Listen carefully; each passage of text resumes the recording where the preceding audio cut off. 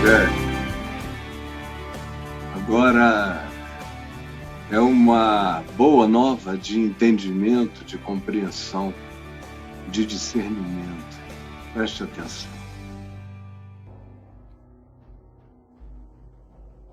Eu quero conversar hoje com você sobre o seguinte tema. Eu vou pedir ao Braulio para colocá-lo aí, colocar o tema Em Nome de Deus Vale Tudo. E é isso que a gente assiste para todo lado durante todo o curso da história humana. Em nome de Deus vale tudo. E esse vale tudo, em nome de Deus, é algo tão persistente que você vai de Gênesis, no capítulo 4, quando Caim matou Abel, matou por causa de Deus. Foi porque supostamente Deus teria se agradado mais da oferta de Abel. Na realidade, não era da coisa ofertada, era do espírito da oferta, da entrega, da confiança, daquele culto de Abel. E Caim trouxe, provavelmente, esteticamente, algo até muito bonito. Mas o coração estava desviado para a aparência, como se ele tivesse o poder de seduzir Deus. E Deus não gostou do espírito de Caim tentando seduzi-lo, impressioná-lo, ao invés de simplesmente ser para ele, crer nele, entregar-se a ele. E quando ele entende que a oferta do seu irmão tinha sido agradável a Deus, ele enlouquece. Ele enlouquece em nome de Deus, por causa de Deus, e transfere a raiva de Deus contra o próximo, que é um dos fenômenos que constituem o espírito dos nossos desencontros, das nossas desavenças, das nossas ideologias, dos nossos supremacismos diversos. A distinção pelo suposto ódio ao irmão, e que viaja e atravessa como questão a ideia de que Deus tem que gostar mais de mim do que dos outros. E se Deus, a meu ver, não gostar mais de mim do que dos outros, eu mato os outros, para ficar só eu e quem seja parecido comigo. Esse é o espírito supremo da autoadmiração, que gera sempre perversão, ira, homicídio, transferência do ódio contra Deus para o irmão. Isso viaja, como eu disse, até o final. No Apocalipse está lá. Está lá Caim abençoando a besta. Ou seja, o falso profeta, que é aquele que parece, mas não é, que vive de estéticas, mas não é verdade o que ele expressa, está lá. Como a besta que emerge da terra e que é explicitamente ali o poder religioso, manipulado e usado em nome de Deus, destruindo quem não aceita o dogma da nossa confissão. Isso atravessa toda a experiência humana, em todas as civilizações, por isso em todas elas tem um poder político e tem um poder religioso. Poder político valida o poder religioso abençoa o poder político. É sempre assim, besta e falso profeta se alimentando, e esse espírito daquilo que parece que é, mas não é, é justamente isso que vem desde a raiz do Gênesis. Então, em nome de Deus, na experiência humana, tem valido tudo. Em nome de todos os deuses, inclusive em nome do seu Deus, inclusive, eventualmente, coisas praticadas por você, contra o próximo, em nome de Deus, por razões as mais mesquinhas possíveis. Em relação a isso, tem 7 coisas que eu quero afirmar para você. A primeira, quero que você perceba, os piores crimes são expressão de culto a Deus. São os piores. São aqueles que oferecem sacrifício de gente ou imolação de pessoas, mesmo que as chamemos de pagãs e de falsificadoras, mas, em nome de Deus, se as mata. Em nome de Deus. Os piores crimes sempre foram aqueles praticados em nome de Deus. E quanto mais em nome de um Deus que traga alguma semelhança com o Deus revelado em Cristo Jesus, se tiver alguma mancha da bondade dele, o engano cresce nas mentiras besuntadas de verdade. Segunda coisa, guarde no coração, o sobrenatural valida tudo. Tudo. O sobrenatural, os poderes, as magias, as impressões, os milagres, as sugestões, as hipnoses coletivas, as possibilidades de marionetamento de mentes fracas, que sejam induzidas ou pelo sobrenatural mesmo, ou só pela falsificação dele, ou ainda apenas por poderes psíquicos de alguém sobre mentes impressionáveis. O sobrenatural valida tudo. Por isso, em nome de Deus, vale tudo. Se houver alguma coisa que você chame de sobrenatural, você não quer saber e não confere nada com significado nenhum do que seja semelhante a Jesus, para a gente começar com pessoas que tenham muita consciência. Mas se não for esse o caso, você não leva para checar isso nem em relação às melhores condutas éticas humanas na Terra, não. Se tiver uma manifestação de sobrenatural, vale tudo. Vale tudo. E também, em nome do sobrenatural, se pode muito e se pode quase tudo sobre as outras pessoas. Porque todo mundo teme alguma manifestação de feitiço, de encanto, de bruxaria, de maldição. Nós temos equipamentos de filme de ficção, já temos.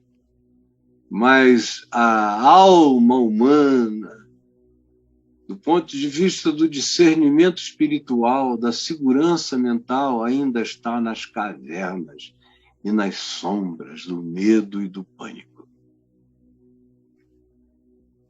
Se tiver um sobrenatural, no entanto, ou algo, ou a exploração, ou o anúncio, ou a impressão que vai acabar se realizando por uma questão também estatística.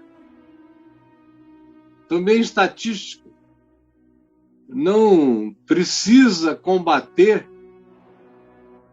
o coronavírus se você tomar o número de pessoas que acabam, mesmo que sequeladas, sobrevivendo, aí você diz, então, já que a proporção é essa, deixa morrer à vontade. Como se 1, 2, 3% da população de um país ou do mundo não significassem nada. Ou 0, qualquer coisa de gente não signifique nada. Por que eu estou dizendo isso?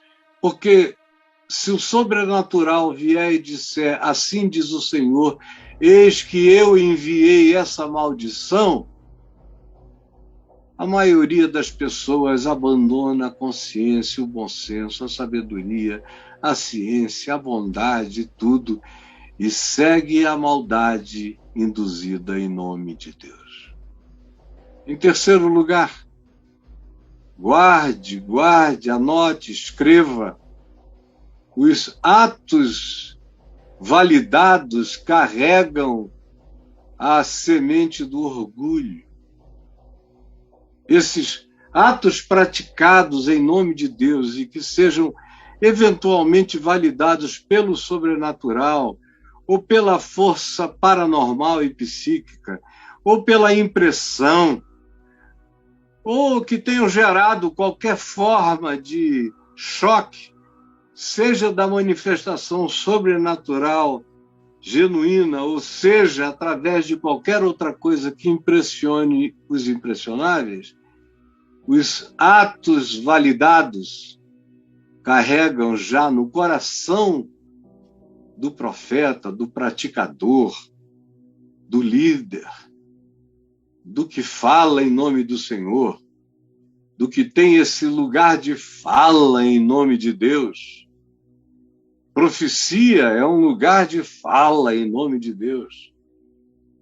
E o milagre é a comprovação da genuinidade do seu lugar de fala em nome de Deus. Se o que você diz, por pior que seja o que você diga, se cumprir, você será cultuado. E se você for cultuado, nem os anjos, quando cultuados, resistem ao culto. Não resistem nem mesmo ao reflexo de suas próprias belezas. E, do ponto de vista ontológico, a gente tem que dizer que eles se apaixonam loucamente por eles mesmos e se tornam diabos, porque o diabo é o psicopata absoluto, é o homicida absoluto, é o ser absolutamente inafetivo. E é a isso que o orgulho e a autoadmiração conduzem e realizam em nós. Quarta coisa que eu quero que você guarde no coração, preste atenção. Um coração em estado de autoadmiração está pronto para o desvio. Você entendeu? Um coração que entrou nesse estado de chupação de si mesmo, de lambeção, de relação fálica com o próprio ego, de eroticidade egótica, que é o cara que pratica sexo oral em si mesmo porque diz que ninguém é mais gostoso do que ele. E é assim que muita gente vai ficando por dentro. E quando isso começa a crescer na gente, por qualquer que seja a razão, eu quero que você saiba, então, que um coração em estado de autoadmiração está pronto para qualquer forma de desvio. Ele vai largar o caminho que ele tinha se comprometido a seguir. Algo vai desviá-lo radicalmente do significado da vida dele, dela, de qualquer um. A quinta coisa que eu quero que você guarde, se possível, anote, por favor, é que as dinâmicas da carnalidade se tornam indiscerníveis entre os iguais. Ou seja, entre gente, por exemplo, crente, ou religiosa, ou da mesma igreja, ou congregação, de qualquer natureza, mas eu falo melhor do grupo evangélico, porque eu nasci, cresci, toda a minha identidade e a maior parte dos meus amores e amizades estão dentro da comunidade evangélica. E eu conheço muito bem as dinâmicas da carnalidade e como elas se tornam indiscerníveis entre os iguais, entre os pastores, entre os padres, sacerdotes, entre os profetas, entre os professores, entre os acadêmicos. Tem sempre uma troca de carnalidade, uma dinâmica. Tem uma disputa subjacente. Tem uma inveja pronta para eclodir. Tem um orgulho pronto para ceder. E tem uma comunhão com o poder de envenenar. Tem uma comunhão com o poder de envenenar. A sexta coisa que eu quero que você guarde está aí. As impressões psíquicas realizam o medo projetado como profecia. Repita isso comigo. As impressões psíquicas que alguém causa em você e que você absorve pelo medo, porque você é impressionável, amedrontado, amedrontada, as impressões psíquicas realizam o medo projetado e introjetado como profecia. Alguém projeta e você introjeta como profecia. E isso tem o poder psíquico, espiritual, de realizar o projetado que é introjetado pelo medo. Realiza tudo. Em nome de Deus. Mata-se muito em nome de Deus. Tem muita gente que enlouqueceu em nome de Deus. Tem gente que está internada em hospícios em nome de Deus. Tem gente que está na esquina vendendo, sabe lá o quê, entre os pelos pubianos da frente e os de trás. Filhas de pastor, de pastoras, de famílias de cristãos, porque internalizaram que eles são verdadeiros diabos, demônios, e se entregam ao pior da existência e vivem para cumprir as piores profecias. Quem me dera todo mundo nessas circunstâncias estivesse me ouvindo. E, em último lugar, eu quero que você guarde e saiba que todo engano praticado em nome de Deus gera desculpa religiosa. Gera desculpa. O cara não consegue. Ele vai virando, com o tempo, um sociopata. Ele Ele não sente exatamente o que outra pessoa normal sente se fizer algum mal a uma coletividade, a uma sociedade, a um grupo. E claro que esse indivíduo que é um sociopata é também um psicopata. Ele não tem impressões de simpatia, de empatia, de solidariedade. Não dói nele nada que doa em qualquer outro ser. Nada dói nele. A interpretação dele do mundo não inclui o próximo. Todo engano praticado em nome de Deus gera desculpa religiosa. Tem muito psicopata e muita sociopatia sendo praticada como liderança espiritual de grupos, de congregações, de igrejas, de religiões. Muito.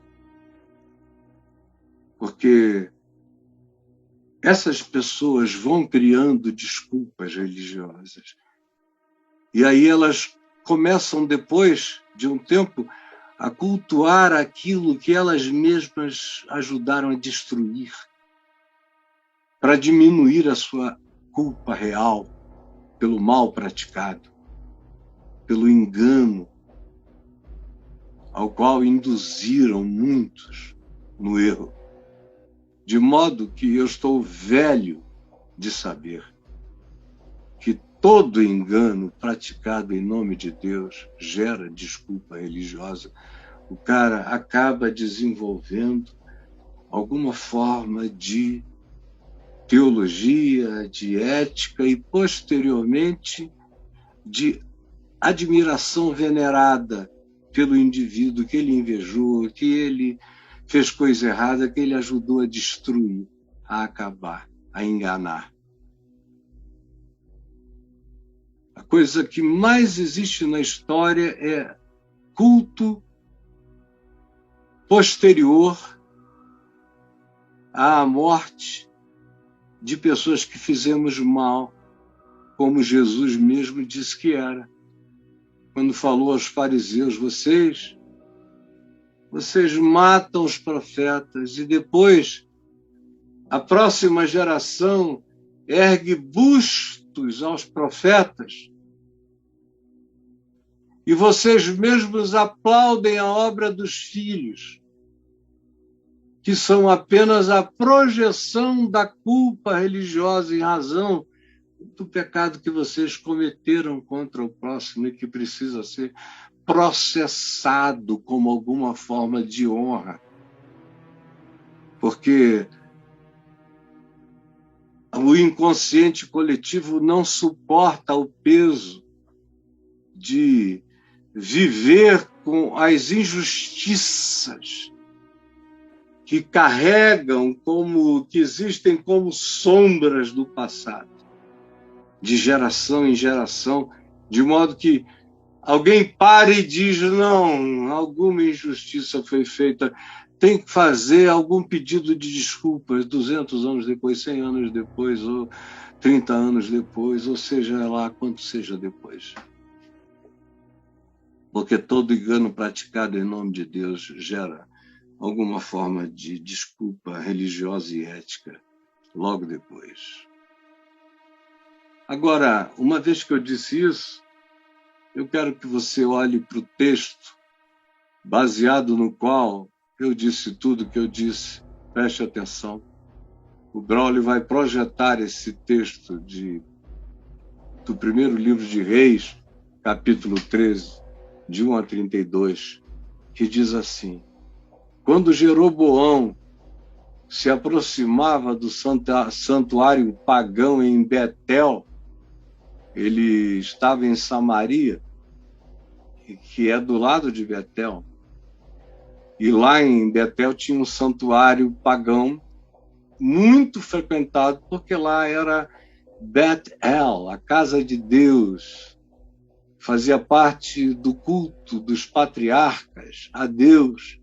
naquele ambiente pelo qual os patriarcas peregrinaram, e Jacó, na experiência sobrenatural que teve ali naquele lugar, com anjos, ele chamou o lugar de casa de Deus.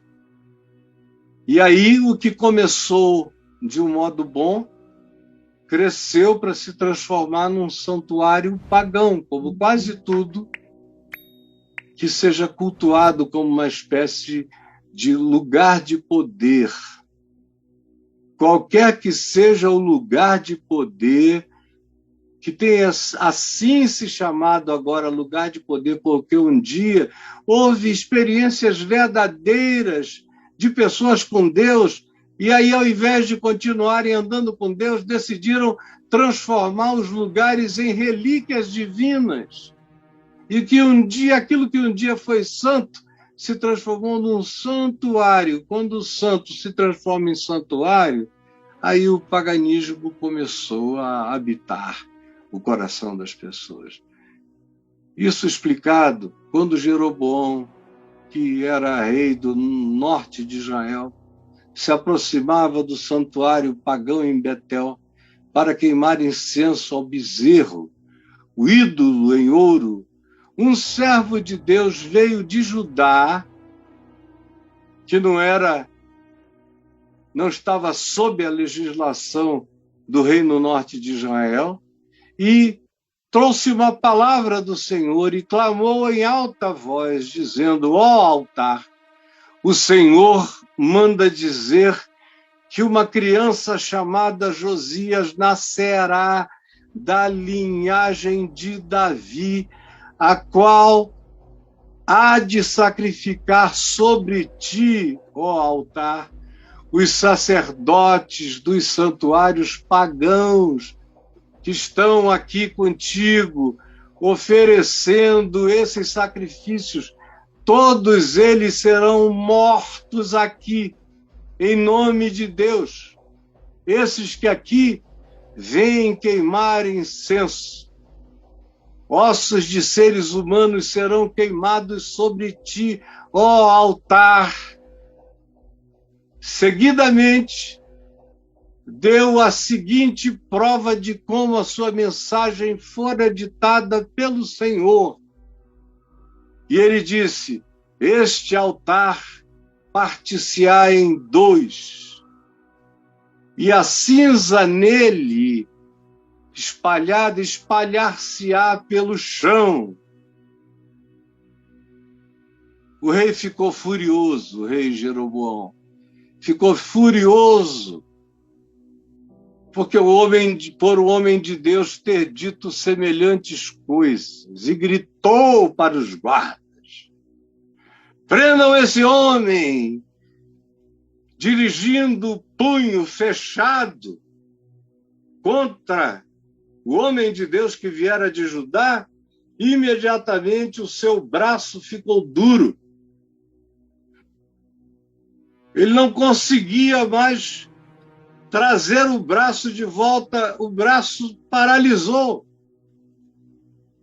Provavelmente um AVC culposo, porque Jeroboão sabia quem era Deus, mas cultuava o engano por uma questão de pragmatismo mágico. Cultuava a mentira e o engano. E aí seu braço fica duro, sem poder recolher-se. Ao mesmo tempo, apareceu uma fenda larga no altar, e as cinzas derramaram-se, de tal modo como o homem de Deus tinha dito que haveria de acontecer. Esta foi a prova sobrenatural de que o Senhor falara pela boca do profeta. Então agora já não havia mais nenhuma dúvida, o braço do rei duro e a profecia do profeta com o altar quebrado, as cinzas derramadas, só faltava aparecer Josias para realizar o resto da profecia, matando todos aqueles sacerdotes e os que queimavam incenso aos deuses que não eram deuses verdadeiros. Então, Jeroboão gritou ao homem de Deus e disse: ó, peço-te que rogues ao Senhor teu Deus.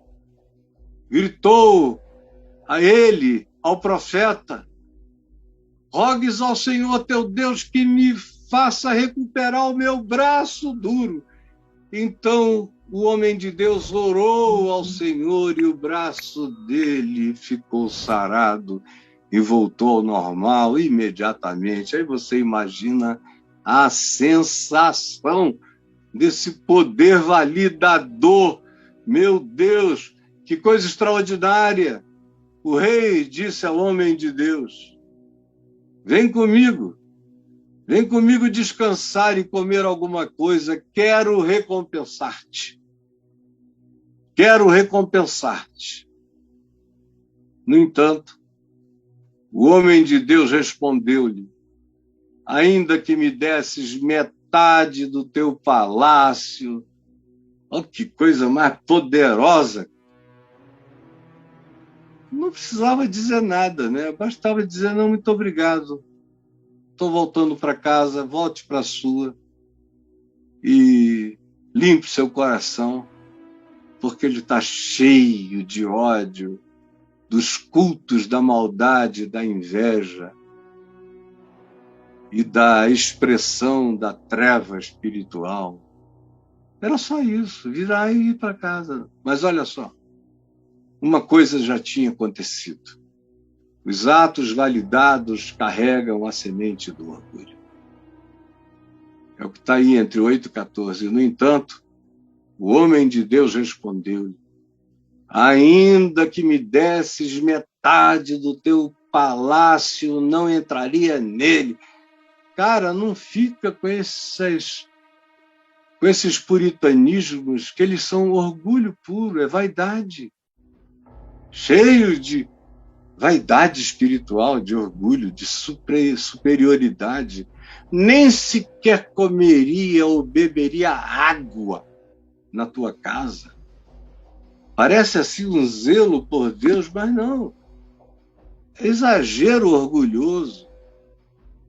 E quando orgulho se transforma em fanatismo narcisístico, meu Deus, ninguém segura mais aquele que vivia como homem de Deus, se corrompeu pela profecia. O Senhor deu-me ordens, disse ele, estritas ordens, para não comer nem beber o que quer que fosse, enquanto aqui me encontrar, e para não regressar a Judá pelo mesmo caminho, voltar por outro. E assim foi embora por outra estrada. Vivia em Betel.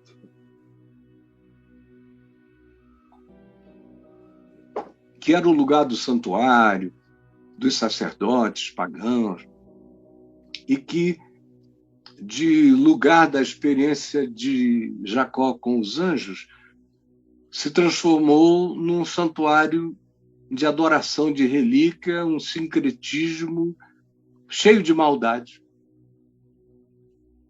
E assim segue o verso 11, dizendo: vivia em Betel um velho profeta, e o seu filho foi contar o que o homem de Deus de Judá fizera e o que dissera ao rei, por que caminho ele foi. Informaram-no de tudo, esse profeta velho, que vivia em Betel, na aldeia onde isso tinha acontecido.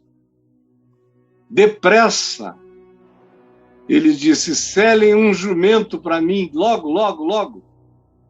E logo correu ele, o profeta velho de Betel, atrás do homem de Deus, e tendo encontrado, sentado debaixo de um carvalho, disse: és tu o servo de Deus que veio de Judá? Respondeu-lhe o profeta de Judá, que já estava tomado de orgulho de si mesmo. Faz lembrar aquela piada machista, não é? De um homem que estava numa ilha deserta com a Sharon Stone. Isso é piada dos anos 80. Numa ilha deserta com a Sharon Stone. E depois de um tempo, ele conseguiu transar com a Sharon Stone. E aí, depois que ele transou com a Sharon Stone, ele chegou lá correndo e falou para a Sharon Stone: "Olha, você já não é mais a Sharon Stone, agora você é o fulano." Aí ele veio e falou: "Fulano, você não sabe o que eu acabei de pegar. Eu estou pegando a Sharon Stone." É isso que o orgulho idiotado na gente realiza. Sim, sou eu. O cara estava lá debaixo do carvalho, em vez de ir para casa beber água e comer, estava lá esperando alguém passar, alguém que soubesse do ocorrido. Não, quando você chega nesse estado, você não aguenta mais se segurar, você precisa falar, você começa a extravasar, porque a boca fala do que está cheio o coração. Sim, sou eu. E pediu-lhe o profeta velho: por favor, então, vem à minha casa e come comigo. Ele então disse: não posso. Não me é permitido comer nem beber, seja o que for, em Betel. Nem sequer um copo d'água. Foram as ordens estritas que o Senhor me deu. Às vezes o cara cai no estrito, no literal, justamente já por causa do seu orgulho espiritual. Ele já se tornou fariseu, já se tornou um cara que quer se maquiar de obediente. Foram as ordens estritas que o Senhor me deu. Mandou-me também que não regressasse pelo mesmo caminho. Cara, que papo é esse? O sujeito perguntou: você é? Sou. Vem à minha casa? Não, obrigado. Só é seguir adiante. Quando alguém começa a tentar explicar muito a Escritura, ou a palavra, ou o que ele sabe da vontade de Deus, quando ele começa nesse processo, frequentemente o indivíduo vai gradativamente falando a coisa maravilhosa que fez para ver se cria algum tipo de autoindulgência. Autoindulgência. Porque um coração em estado de autoadmiração já está pronto para o desvio. Aí, contudo, o ancião insistiu, o velho de Betel, e disse: eu também sou profeta como tu. E um anjo deu-me uma mensagem do Senhor: devo levar-te para minha casa e dar-te de comer e beber? No entanto, o velho profeta estava mentindo. Assim, os dois voltaram para trás. E o profeta comeu algum alimento e bebeu água em casa do ancião. As dinâmicas da carnalidade se tornam indiscerníveis entre os iguais. O cara já estava com uma vontade enorme de ser glorificado. Ele não comeu na casa do rei, mas ele queria crescer, ele queria ficar maior do que o rei. Era ele que dava ordens ao braço do rei, era ele que tinha palavra, o cetro estava na mão dele. Ele era o poderoso. E o poder corrompe. Corrompe mesmo. Tem gente que se corrompe geral, mas corrompe sempre. Eu sei como o poder corrompe. Corrompe o coração, corrompe sentimentos. corrompe interpretações e busca justificações, autojustificações, autoindulgência. E os principais protagonistas do nosso acolhimento de indulgências são os irmãos, que dizem, olha, a palavra do Senhor era assim, mas agora eu já sou velho, eu estou noutro estágio, o Senhor me falou outra palavra. Aí é tudo que o orgulho quer, é um culto às suas realizações e algo que promova uma espécie de gratidão permissiva especial de Deus para com a sua vida. É assim, tipo o profeta que determinou que na sua religião os homens podiam ter no máximo 4 mulheres, mas com o passar do tempo ele teve 17 e depois muitas mais, mas tinha sido uma ordem especial de Deus para ele. Você aí no meio cristão já viu isso em vários lugares. Não é válido para você, mas o Senhor muda e cria algo especial para o seu servo maravilhoso. E aí o cara que baseava a palavra de Deus no sobrenatural e achava que ele estava profundo e totalmente validado pela marca do sobrenatural no rachamento do altar de Betel, e que vinha se orgulhando tanto das ordens estritas de Deus, crê porque já estava desesperado para aceitar. E agora vem uma proposta que não dá para ele negar, porque um ser mais velho vem e diz, eu sou profeta como tu, também sou homem de Deus. Na minha juventude eu tinha esses arrobas, mas olha, o Senhor mandou um anjo dizendo que tá bom, tá legal, vem para minha casa e vamos comer e beber. Essas são dinâmicas sutis da carnalidade e que eu vejo a vida inteira.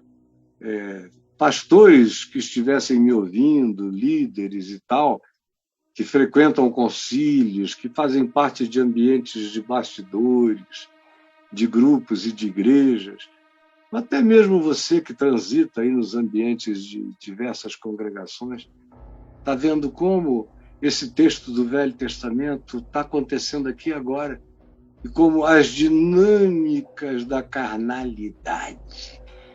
Um estava cheio de orgulho, o outro estava complexado porque era velho. Acontece algo desse tamanho na cidade dele, ele não fica nem sabendo, tem que ser informado.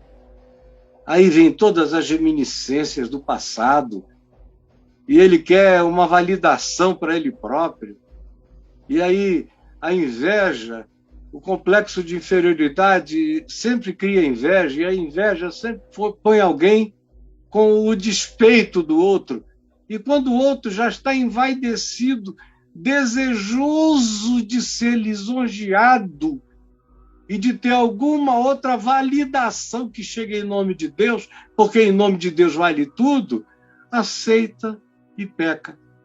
Isso me lembra uma história aqui de uma das nossas filhas do coração, lá em Israel com a gente, e ela, num sábado, entrou no elevador com um judeu ultra-ortodoxo.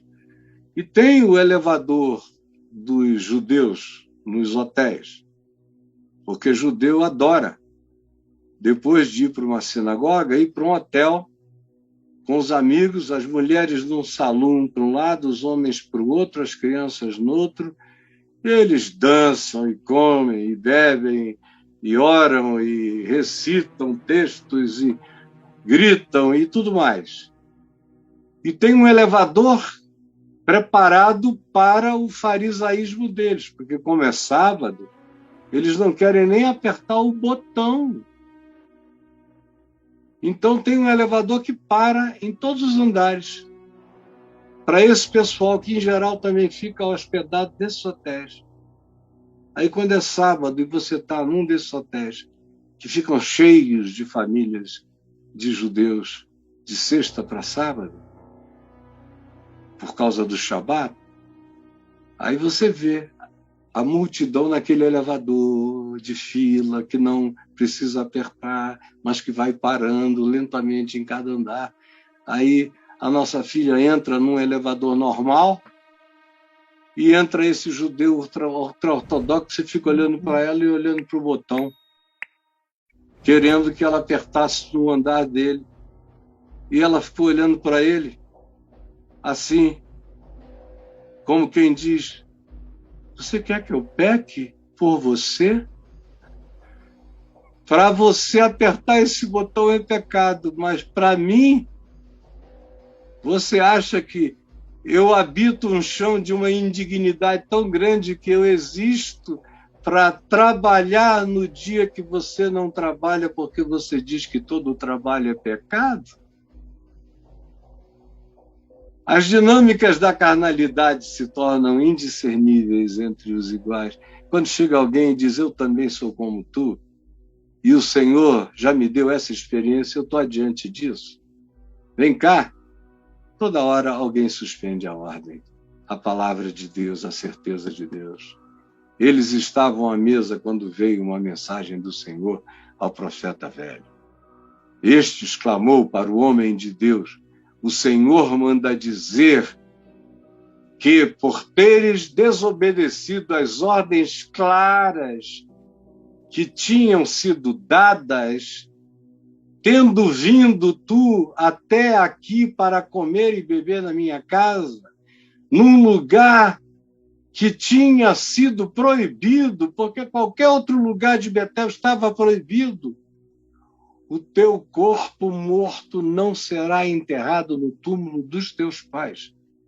Que era uma honra para qualquer pessoa em Israel, é ter uma vida com começo, meio e fim, e que ela cessasse, e você fosse sepultado junto aos ossos e ao pó dos seus pais. As impressões psíquicas realizam o medo projetado como profecia. Vamos continuar lendo. Terminada a refeição, o ancião selou o jumento do profeta jovem e este partiu. Mas durante a viagem apareceu um leão que o matou. O seu corpo ficou ali estendido no caminho, com o jumento e o leão ao lado do jumento. Que coisa mais insólita. Alguns homens que passaram por ali viram o corpo no meio da estrada, com o leão ao lado do corpo e o jumento, e foram contá-lo em Betel, onde vivia o profeta velho. Olha só como as impressões psíquicas realizam o medo projetado como profecia. O cara ouviu aquilo tudo ali, saiu, e ele era um homem de fortes percepções psicológicas. Não existe profeta com percepções que não seja também dotado de hipersensibilidade espiritual em todos os sentidos.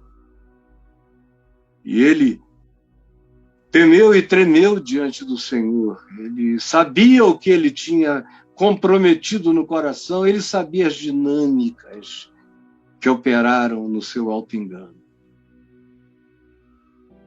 E ficou cheio de medo.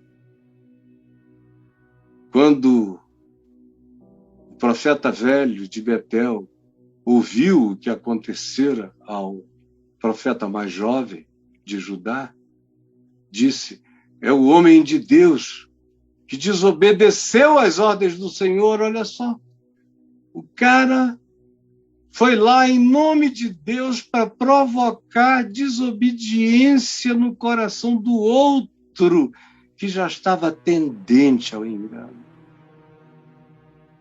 Tem muito homem e mulher de Deus nesse estado, muita gente que está com o pé no desvio, como diz o Salmo 73, quase os meus pés se desviaram, porque eu tive inveja da vida dos poderosos e dos que tinham todos os prazeres. É o homem de Deus que desobedeceu à ordem do Senhor. O Senhor cumpriu a sua palavra, fazendo com que o leão o matasse. Na realidade, o profeta jovem morreu de medo. O leão ficou olhando para ele, e um jumento ao lado, e o leão não comeu nem o profeta, nem o jumento. É extraordinário. Depois